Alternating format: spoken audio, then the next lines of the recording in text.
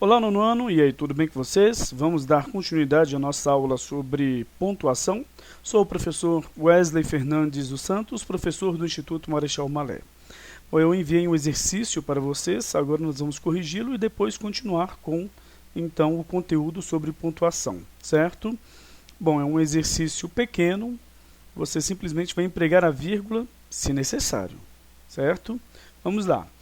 Logicamente que você pode empregar a vírgula, em alguns casos, de forma obrigatória e em outros, de forma facultativa. Vamos ver, então, quais são os casos obrigatórios e facultativos neste exercício. Eu vou apontar, né, o tipo, então, de uso da vírgula. Casa de ferreiro, espeto de pau. Olha só, nós temos aqui em casa de ferreiro a espeto de pau. Ou seja, ele próprio não resolve os seus próprios problemas. Olha só, que coisa doida, não é? Beleza, então temos uma vírgula aqui. Por quê? Essa daqui é obrigatória. Porque trata-se de um adjunto adverbial deslocado, que tem mais de duas palavras. Certo? Então, caso obrigatório do uso da vírgula. Não era necessário vocês fazerem isso, é só colocar a vírgula, tá bom? Eu estou fazendo para vocês entenderem. Beleza. Então, o que seria isso? Adjunto adverbial deslocado. Adjunto adverbial deslocado.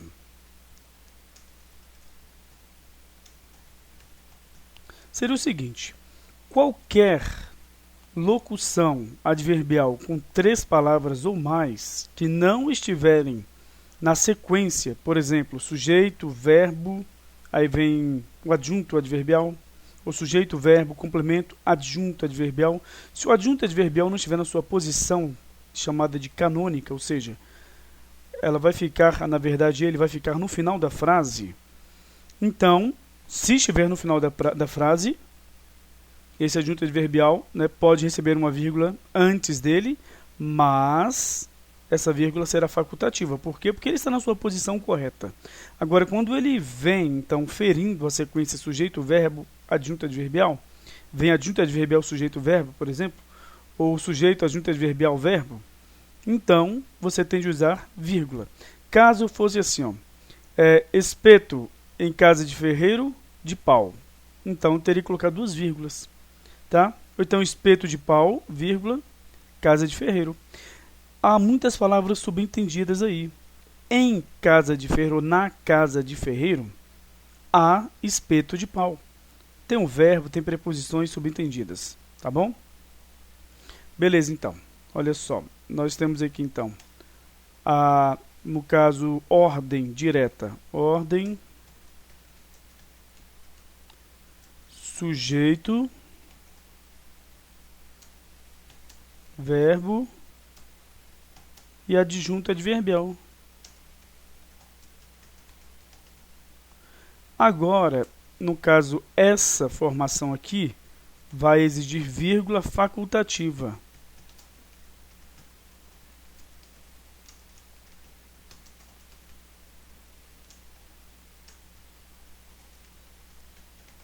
Antes do adjunto adverbial, tá? Mas se houver, no caso, o adjunto adverbial deslocado, como por exemplo aqui nós temos adjunto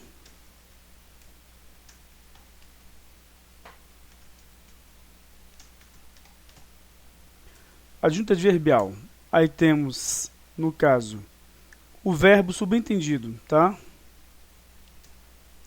E o complemento, porque neste tipo de verbo não há, então, sujeito, né? Há espeto de pau em casa de ferreiro. Então, essa daqui é a ordem inversa, tá?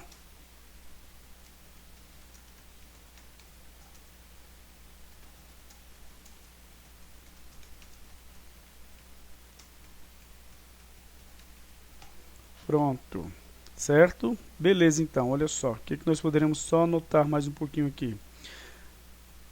Esta ordem direta pode ser sujeito, verbo e adjunto adverbial, ou pode ser sujeito, verbo, complemento verbal e depois o adjunto adverbial. Tá bom? Que fique claro isso. Beleza, vamos para outra.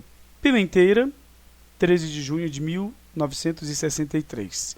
Então, nós aprendemos que entre então o local e a data, obrigatoriamente tem de ter vírgula, tá?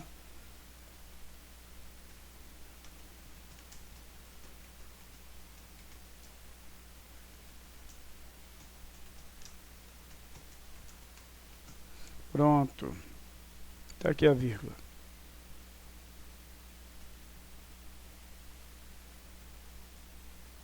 Amanhã, amigos, teremos mais chuva.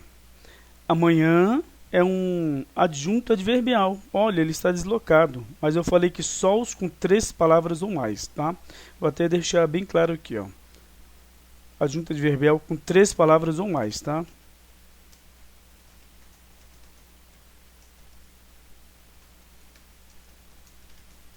Então, na verdade, quando você tem esse adjunto adverbial longo, que ele está deslocado, a vírgula é obrigatória. Se ele estiver no final, a vírgula é facultativa. Agora, se houver somente uma ou duas palavras no adjunto adverbial, ou seja, na locução adverbial, isso significa que, então, a vírgula vai ser facultativa. Amanhã, amigos, teremos mais chuva, mas existe outro caso aqui. Além deste, nós temos um chamado, então, vocativo. Você está falando, ó, amanhã, amigos, teremos mais chuva. E nós aprendemos isso. O vocativo é um caso obrigatório de pontuação. Então, se fosse assim, amanhã teremos mais chuva, a vírgula seria facultativa. Tá? Então, mas como não é assim que a frase está, então agora nós temos de inserir vírgulas obrigatórias. Certo? Vou colocar aqui, ó. Antes do adjunto adverbial curto, deslocado, vírgula, facultativa, tá? Agora, como nós temos aqui o vocativo, que é amigos, vou colocar a explicação aqui agora. Vou só colocar aqui qual é o adjunto adverbial. Amanhã, tá? Então, agora, havendo um vocativo no meio da frase, da oração, ali é representado pela palavra amigo. Na verdade, amigos. Então, havendo um vocativo no meio da oração, vírgulas obrigatórias. Então, o uso da vírgula aqui é obrigatório, tá? Mas, na verdade, o uso das vírgulas é obrigatório, tá? Obrigar. Beleza, então essas vírgulas aqui são obrigatórias, mas existe ainda mais uma vírgula, que é como se houvesse duas vírgulas, mas você não vai fazer isso, não é? Uma vírgula facultativa por causa do adjunto adverbial, deslocado, e duas vírgulas obrigatórias. Por quê? Porque a frase, tá? Ela começa aqui, amanhã teremos mais chuva, ou então, amigos, teremos mais chuva. Então você tem que isolar, porque senão fica estranho. Mas eu posso não usar vírgula, então a frase é assim, ó, direta, tá? Sem vírgula, sem nada. Amanhã teremos mais chuva. Então você tem que isolar mesmo aqui, ó, o amigos, tá? Tem que isolar. Mestre, ensina-me a arte da guerra. A mesma coisa aqui, ó. É um adjunto adverbial, desculpe, um vocativo. Vocativo no início.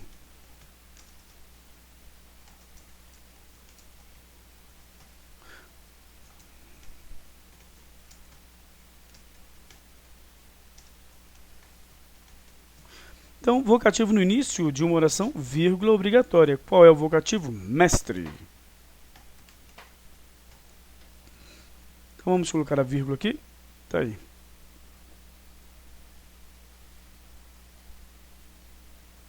Pronto. Arroz, feijão, carne e farinha não podem faltar na mesa do brasileiro. Então, quando nós temos termos da oração em coordenação, como assim? Tendo a mesma função, núcleos do sujeito, vários verbos referentes ao mesmo sujeito, várias palavras representando núcleos de um objeto direto ligado somente a um verbo, tá? E aí vai, vários núcleos para um complemento nominal, vários núcleos para um adjunto adverbial, vários núcleos para um agente da passiva, vários núcleos para um vocativo, vários núcleos para um predicativo do sujeito ou do objeto, tá? Então você vai colocar vírgula entre eles, mas só não pode colocar vírgula entre o último e o termo da oração, né, diferente que vier logo após. Nós temos aqui arroz, vírgula, porque olha só, não podem, o que não podem faltar na mesa do brasileiro? Olha só, arroz, feijão, carne e farinha. Então todos esses daqui são núcleos do sujeito. Quando forem núcleos, vírgula entre eles, só não pode vírgula entre o último núcleo e o próximo termo da oração que diferir dos núcleos aqui, porque aqui já é o verbo, né? Beleza, ou seja, o núcleo do predicado verbal. Por isso que é um núcleo também, tá? Beleza, então, temos aqui aí a explicação,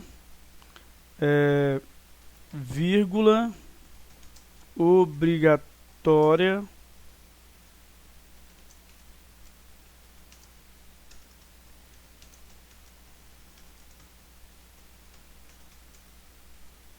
entre termos da oração coordenados. Significa o quê? Que tem a mesma função, tá?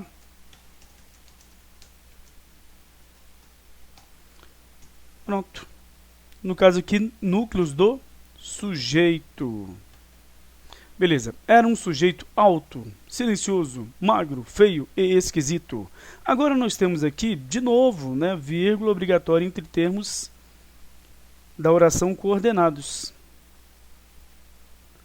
Porque nós temos aqui, ó, ele era um sujeito alto, pronto, silencioso, magro, feio e esquisito. Então, ele era um sujeito. Aí nós temos, no caso aqui, completando a palavra sujeito, que é no caso, substantivo aqui, né? Completando não, auxiliando o sentido do sujeito, mas neste caso está com a função de adjetivo, certo?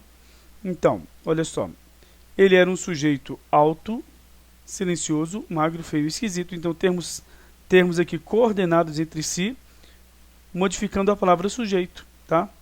Certo? Então, são núcleos do adjunto adnominal. Então, vírgula entre eles, ó. Entre o último e o próximo termo, não pode ter vírgula. E, na verdade, é o fim da oração. Mas entre o penúltimo e o último, se houver uma conjunção coordenativa sindética aditiva, então você coloca vírgula facultativa. Esta última vírgula aqui é facultativa. Você usa se quiser, tá?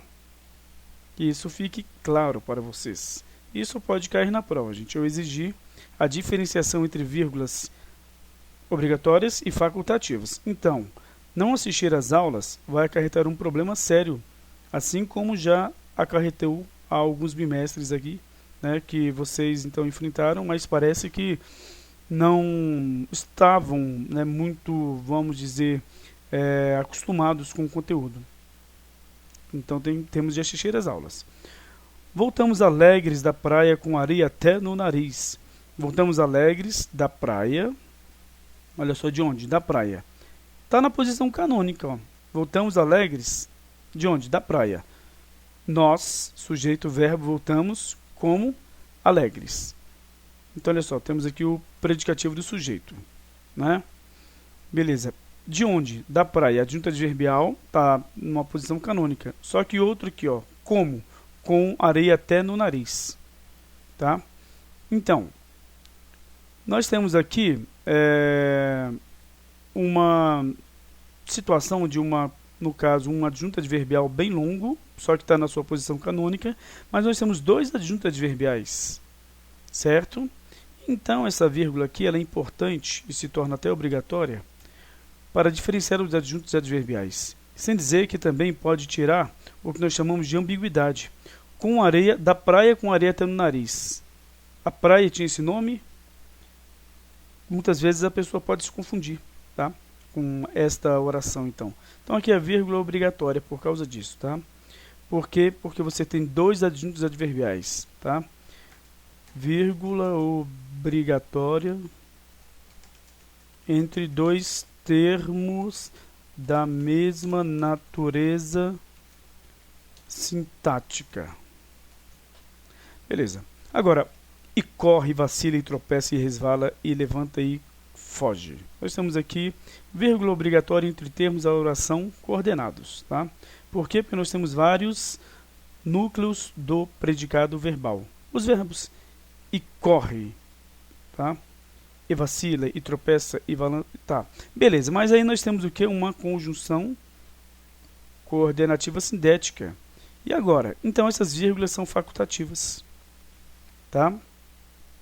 Por causa